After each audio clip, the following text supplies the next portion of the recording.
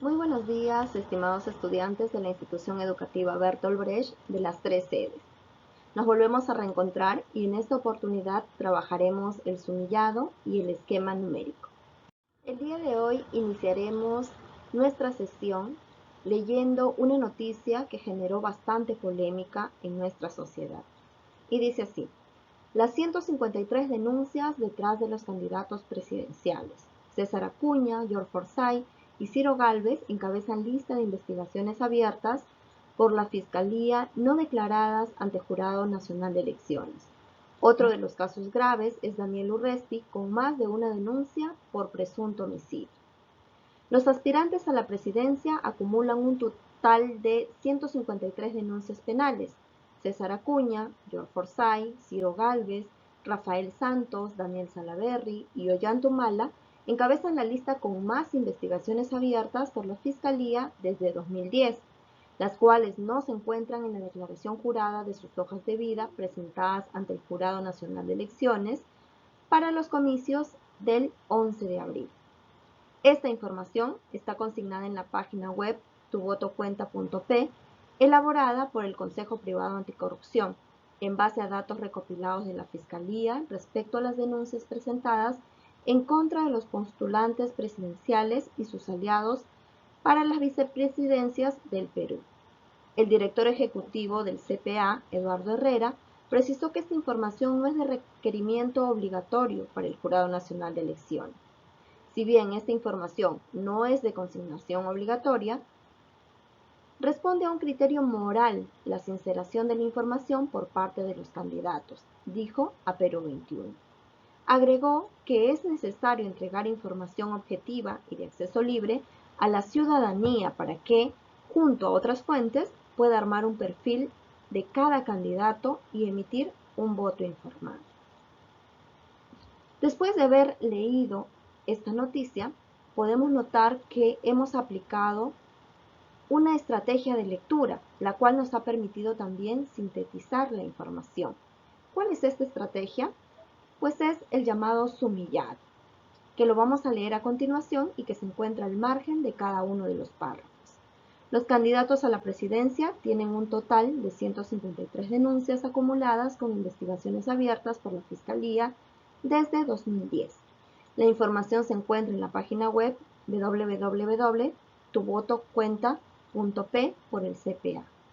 Esta información no es obligatoria, pero responde a un criterio moral por parte de los candidatos. Y finalmente, es necesario brindar información objetiva a la ciudadanía para elegir. Entonces, el sumillado nos ha servido para poder resumir o sintetizar la noticia. Pero ahora vamos a ver en qué consiste el sumillado, cuáles son sus características, qué consideraciones debemos tener en cuenta y cuáles son los pasos para elaborarlo. Pues bien, alumnos, ahora conoceremos más acerca del sumillado. Primero, nos señalan que, como definición, el sumillado vienen a ser aquellas anotaciones que colocamos al margen de cada párrafo y que van a tratar de sintetizar, en pocas palabras, las ideas centrales. Para ello vamos a emplear el parafraseo. Su finalidad es facilitar la lectura posterior de un texto o también el de permitirnos elaborar un resumen o un esquema. Las consideraciones que debemos tener en cuenta es que, primero, se debe expresar en una oración corta. Segundo, que debemos redactarlo utilizando un lenguaje que sea claro y sencillo. Y tercero, debemos evitar alterar el sentido del texto. Quiere decir, no debemos agregar comentarios personales, sino más bien colocar el mensaje de acuerdo a lo que quiso decir el autor. Por último, tenemos los pasos para su elaboración. Lo primero, que debemos leer comprensivamente el texto. Lo segundo, subrayar la idea que consideremos principal, así como también las frases y palabras claves. Tercero, parafrasear el contenido del texto. Quiere decir señalarlo con mis propias palabras, pero sin alterar el mensaje del autor. Y finalmente, escribiremos la síntesis de cada párrafo al margen, que vendría a ser nuestro sumillado. Ahora, estimados estudiantes, recordemos la tercera pregunta que estaba propuesta en nuestra plataforma de esta semana, y era: ¿qué derechos están ejerciendo los votantes y candidatos en estas elecciones? Para poder saber cuáles son estos derechos, necesitamos recurrir a la Constitución Política del Perú. Específicamente, en los artículos 31 y 35 vamos a encontrar la respuesta, ya que aquí se encuentran nuestros deberes relacionados a la participación ciudadana en asuntos públicos, así como también el derecho a formar organizaciones políticas, que más adelante vamos a poder analizarlas.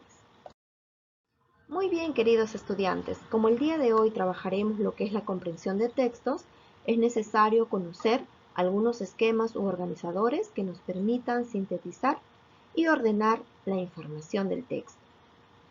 Sin embargo, ¿qué pasa si es que tenemos un texto donde hay mucha información, pero además esta se va a subdividir o clasificar?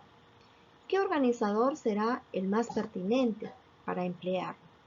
En este caso, como has podido notar, el esquema anterior, que nos hablaba acerca de la Constitución Política del Perú, nos permite identificar que hay una organización de la información de ese texto. En este caso, la Constitución está formada por los llamados títulos, pero además también está conformada por los llamados capítulos, y estos a su vez van a estar organizados también a través de los llamados artículos.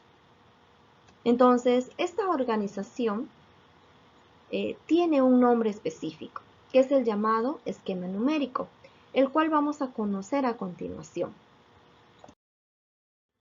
Muy bien, alumno. Como ya conoces, un esquema actúa como un organizador que nos va a presentar información de manera jerarquizada a través de signos gráficos, flechas o llaves, también con letras o con números, como es el caso del esquema numérico. Pero ahora conoceremos sus características más importantes. Primero, que se centran en recoger información que consideramos más importante dentro del texto, proporcionándonos así una visión integradora de este. También es capaz de reflejar a primera vista la estructura interna de todo el contenido de un texto. Por ello es que nos sirve para jerarquizar la información y crear relaciones entre sus partes. Tercero, hace uso de símbolos gráficos, abreviaturas, puntos y sobre todo números, como lo hemos podido notar en el esquema de la Constitución Política.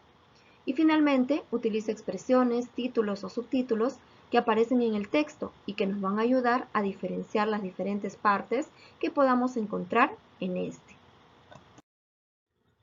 También es importante que reconozcamos cuáles son las ventajas del esquema numérico.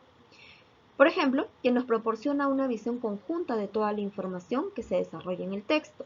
Segundo, que nos va a facilitar la integración de estas ideas. Tercero, que el uso de las palabras claves que hay en esta estructura nos van a ayudar a retener información importante. Y por último, va a facilitar también la memorización a largo plazo.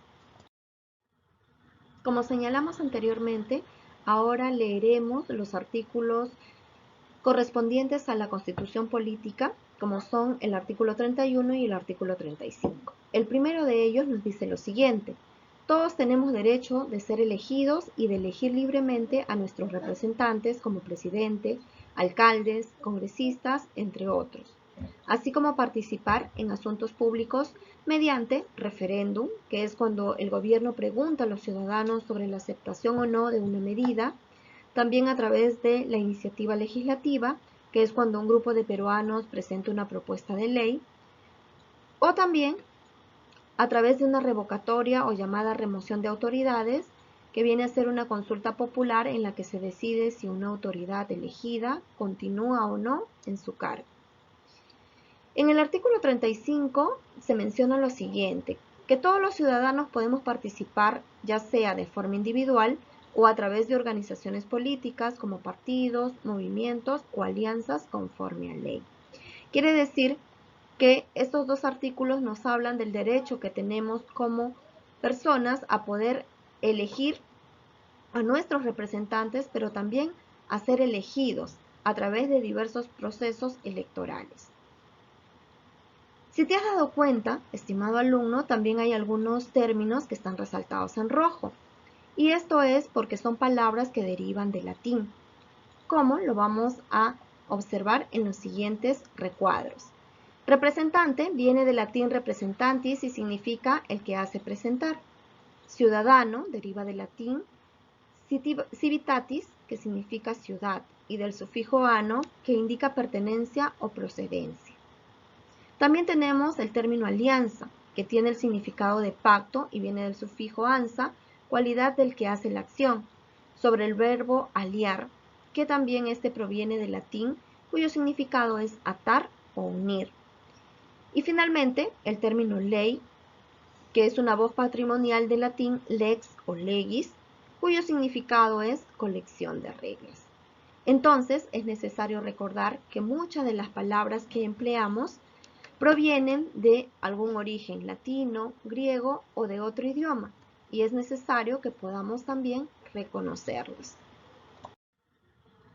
Finalmente, estimado estudiante, podemos reflexionar acerca de la importancia de conocer nuestros deberes y derechos, los cuales se van a encontrar contemplados en la Constitución Política del Perú, que además se va a encontrar organizada a través de títulos, capítulos y estos a su vez en artículos.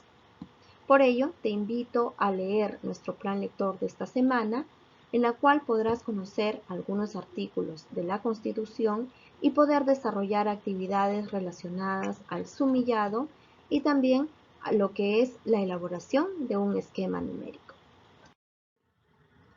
Muchas gracias por la atención prestada, estimados alumnos. Conmigo será hasta la próxima.